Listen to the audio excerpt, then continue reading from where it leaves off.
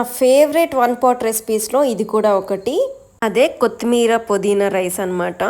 ఇది ఎస్పెషల్లీ వింటర్లో వేడివేడిగా తింటే చాలా బాగుంటుంది. ముందుగా గీ అండ్ ఆయిల్లో మసాలా దినుసులు వేసుకుని నెక్స్ట్ క్యాష్యూస్ వేసుకుని ఫ్రై చేసుకున్నాను. నెక్స్ట్ మనకు కావాల్సిన వెజిటబుల్స్ వేసుకోవచ్చు.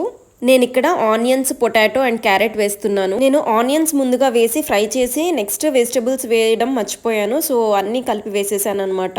నెక్స్ట్ ఇందులోకి స్పెషల్ ఏంటి అంటే ఒక గ్రీన్ పేస్ట్ అనమాట. అది ఎలా చేసుకోవాలి అంటే ఒక హాఫ్ కట్ట కొత్తిమీర, హాఫ్ కట్ట పుదీనా, మొత్తం ఆకులన్నీ ఇలా కడిగేసుకుని మంచిగా మిక్సీలోకి వేసుకోవాలి. నెక్స్ట్ ఒక పచ్చిమిర్చి అండ్ కొంచెం అల్లం వెల్లుల్లిపాయ పేస్ట్ వేస్తున్నాను. లేదా మీకు కావాలంటే ఫ్రెష్ జింజర్ అండ్ గార్లిక్ కూడా వేసుకోవచ్చు. అండ్ ఒక బిగ్ టొమాటో వేసుకోవాలన్నమాట. టొమాటో వేసుకోవడం వల్ల మంచి టేస్ట్ వస్తుంది. మొత్తం స్మూత్ పేస్ట్ లాగా చేసుకోవాలి.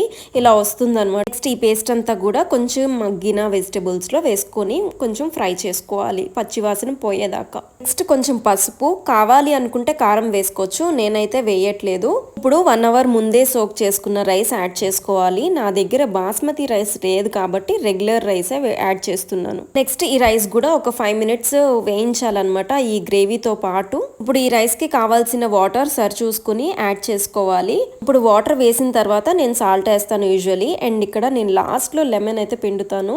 సో లెమన్ జ్యూస్ యాడ్ చేయడం వల్ల మంచి ట్యాంగీ ఫ్లేవర్ వస్తుంది.